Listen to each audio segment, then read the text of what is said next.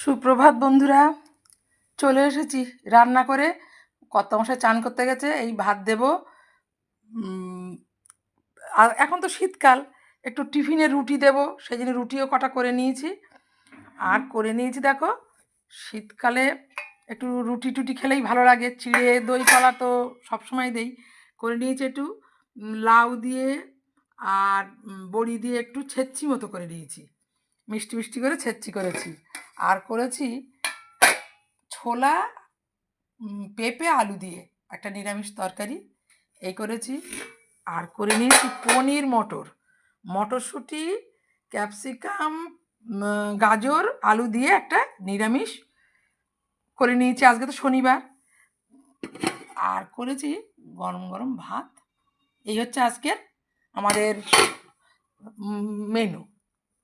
কেমন লাগলো তোমাদের মেনুগুলো? ভালো লাগলে একটা কমেন্ট করো, লাইক দিও। তাহলে তোমরা সব